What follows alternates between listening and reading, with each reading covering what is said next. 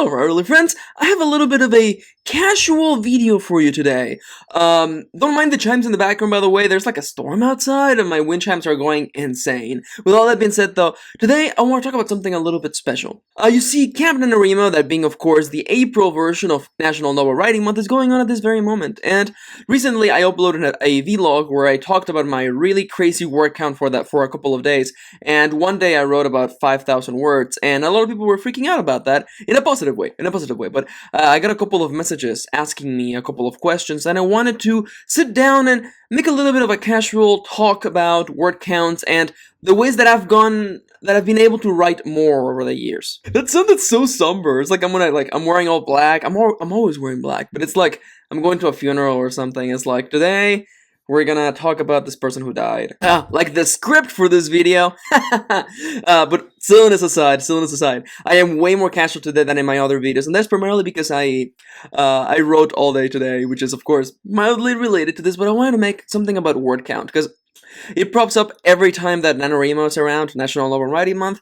I do some sort of crazy word count, and people ask me, how do you do it? How do you manage to create these enormous word counts day by day, constantly, continuously? And I was battling whether or not I would make this video, and I thought that instead of making it like a top 3 writing more advice tips, I wanted to make something more casual. Something more casual where I'm talking about my process and the way that I go about doing things, which you guys, gals, and everything else in between likes to enjoy that, so I thought, let's talk about that.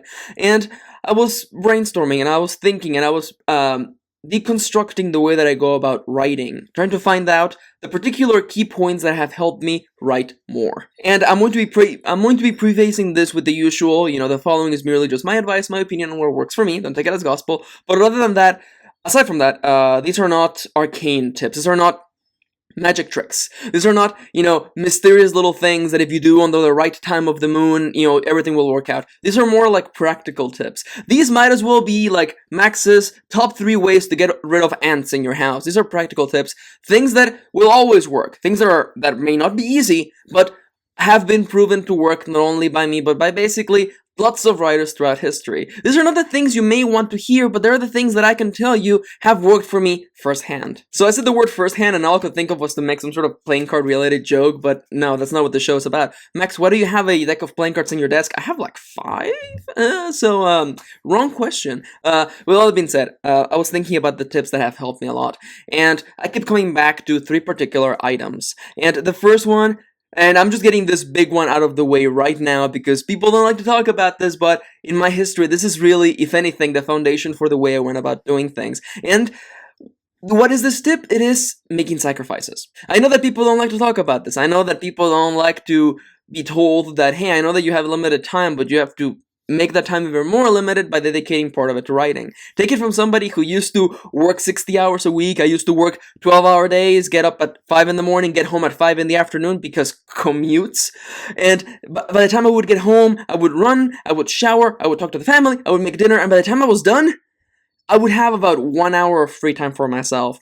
And I would often decide to dedicate a time to writing. Was it an easy choice? Nope, not at all. I used to be the sort of person who would sit down and watch TV or watch tons of YouTube videos or play tons of video games, and I had to slowly let go of that. This is really closely related to like my origin story, and it's a sort of thing where unless you have been in that situation, it may not be so easy to relate to, but trust me, when you're working one of those super hard dead-end jobs where you're locked into this terrible, like daily schedule, you start squeezing whatever you can out of your schedule. I used to write during my lunches, I used to write during my breaks, and yeah, people used to think that I was weird because at the start of lunch, I would rush to the attic of that warehouse that I worked at, and I would pull out my mobile writing setup, and I would write for 25 minutes, and then 5 minutes of just munching down my lunch and moving on.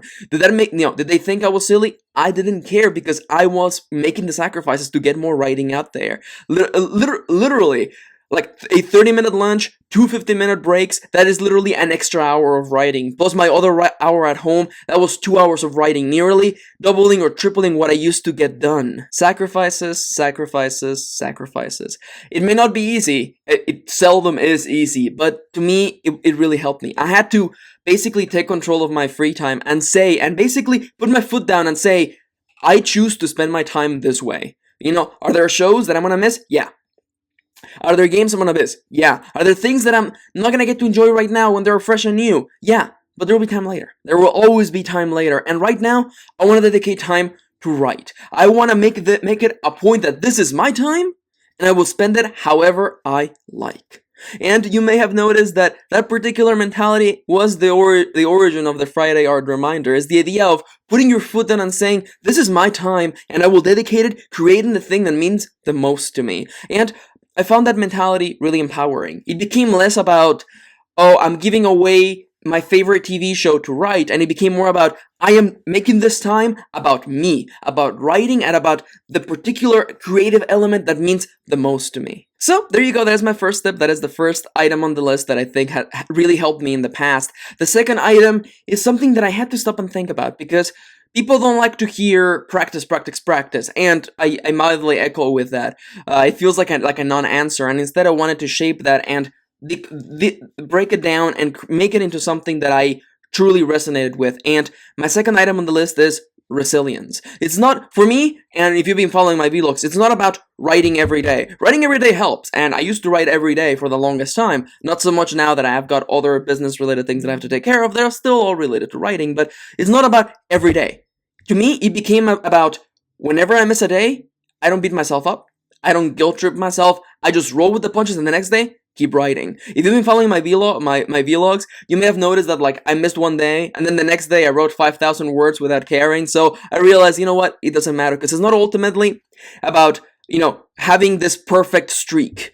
Because the perfect streak looks cute on paper, but overall it's not exactly very practical. I think it's more practical to say, yeah, I missed a couple of days, hell, I missed a week, I missed a month, but I got back into things. Yeah, and it's always the building of the momentum that is the hardest thing, so if you can minimize that by always rolling with the punches, I think it really does help. Again, the idea behind this point is not exactly about going out and creating at the exact same day or at the exact same time of day. That hasn't exactly worked for me in the past always. My schedule always fluctuates. So I realized that for me, what helped me the most overall, was rather not ever beating myself up. Not ever guilt-tripping myself whenever I missed a day or missed 2 days or missed several days or missed months. It was ultimately about getting back into writing. And not giving up, because I think that it's really easy to beat yourself into a situation where you make yourself feel guilty, so you don't write, and then you keep on not writing, and then you keep on making yourself even more guilty, and then you go on down this spiral of despair until basically you stop writing. And the solution for that is actually pretty simple. It's merely the act of writing. The solution to this is also the end goal. It is the act of writing and to continue writing, and if you miss a day, if life gets in the way, if family gets in the way, it doesn't matter, because you're going to get back into things and you're going to keep moving. Again, it's the idea of resilience, that no matter what happens, you're ready to keep going and you're not going to be beating yourself up. And as for my third point, I want to talk about something a little different, and it is the idea of the grand image, the grand picture, because one of the things that hurt me from the beginning, one of the things that made it really hard for me to move on, was the idea of you're writing, and you write, and you write, and you feel like the story's not moving forward. And you get this feeling of being stuck, of like, you're trying to move forward, but you're only inching forward, and it feels as though it's gonna be forever, or until you finally finish the project. And to me, what really helped me the most was a particular quote from Stephen King. And I don't have the quote at hand right now, but the general idea is that Stephen King is being interviewed, and whenever he's being asked the very popular question, how do you write books, he always replies with the same answer: one word at a time. And people think that this answer is, excuse the use of language, bullshit. That is just kind of a fancy answer that people get, that writers give just to not having to answer the question. But Stephen King argues that that is actually the question, because the thing is that just like books, things are done one step at a time, and he says that the Great Wall of China was built one brick at a time, and I quote, "I hear you can see that fucker from space without a telescope." If you would like even more colorful descriptions and a great book on writing advice, you should pick up On Writing by Stephen King. It's my favorite book on writing, and he is rather fun to read. But without that being said, like, I really do love that quote, because it's the idea of whenever you're writing, you're advancing the story little by little. Whether it's words, whether it's paragraphs, whether it is pages, little by little, you're moving forward. A little bit of plotting helps, sure. A little bit of looking outwards at the big image helps, but additionally for me, is rather the act of continuously moving forward. And I know that it may not seem like the greatest thing to you now, but me looking back, the thing that helped me the most was not stopping every 2 to 3 sentences and going, is the story moving forward? Am I doing the right thing? Is this a waste of time? And ultimately became about turning off that voice. Because we are moving forward. We are going in the right direction. We're laying words one at a time, making bricks, making walls, and creating the foundations for this great thing that will stand the test of time.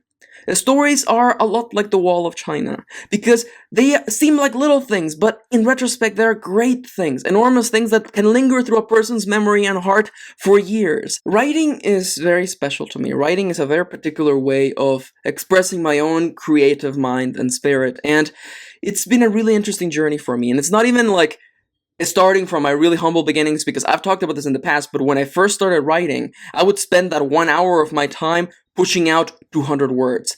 Beads of sweat rolling down my face, because I had no formal training in writing or creative writing. I just started telling stories. And it was really hard for me at first. But it became a lot about making sacrifices, about saying, you know what? I'm not good right now. I may not be good for a long time, but I'm making the time right now, and I'm going to dedicate it to this talent, to this discipline, to this craft. And from there on, it became a lot about maintaining the sacrifices, about saying, you know what? I enjoy games, and I enjoy books, and I enjoy TV shows, but I need to make the sacrifice for me. For me, as the central point of this sacrifice, I will go ahead and dedicate it to myself, to what matters the most for me, in which case is books and writing books. And along the way, I learned to not beat myself up, to not guilt trip myself because I missed 1 day or 2 days or several days. Life happens. And things, in the last couple of years of my life, I had a couple of really dramatic turns. And it's been the sort of thing where I realized, you know what? Yes, it's nice to have the ideal of writing every day. I totally get it, and I totally stick to that sometimes. But you know what? When a relative dies, or when you have really direct life changes, especially money-related stuff, it's okay to stop. It's okay to stop and focus on other things, and it doesn't matter as long as you always come back to writing. As long as you return to the path and continue laying down the bricks of the foundation to keep creating this awesome work of art, I don't think it doesn't matter. I don't really think so. Like, if you heard that your favorite author missed a couple of days of writing and creating that awesome book that you love, I don't think it would matter, because ultimately, the end product was there. The end product ended up being there. Beyond the writer's doubts, beyond their fears, beyond that annoying little critic in the back of their head, they achieved that goal. And I think that is what we should be looking up to. Once again, I digress. In summary, the 3 tips that I have come back to and I've realized that have helped me a lot throughout my writing process have been making sacrifices, not beating myself down for missing a day or 2, and not worrying about the large picture, focusing on the act of writing itself and moving forward. The act of writing can be incredibly daunting, and it is incredibly daunting to a lot of people, and I hope that this video has, if anything, made it a little bit less daunting. It's not, because people expect it to be magical solutions. They really do expect to find the key, the blueprint to creating a bestseller, and there's no such thing at all. There's absolutely no such thing at all whatsoever, and it boils down a lot to hard work and sacrifices, and making tough choices. And I want to empower you, yes, you, to make those tough choices, and to go out and seek to create the things that only you can make. And as the saying goes, keep writing. The world needs your stories. I hope that helps. And as always, if you enjoyed this video, give it a like and subscribe if you want more. And as always, if you would like even more positivity, prompts, and more, you can head over to my official writing blog over at maxkirin.tumblr.com. Thank you for watching, thank you for spending a little bit of your day with me, and I'll be seeing you soon! Mwah!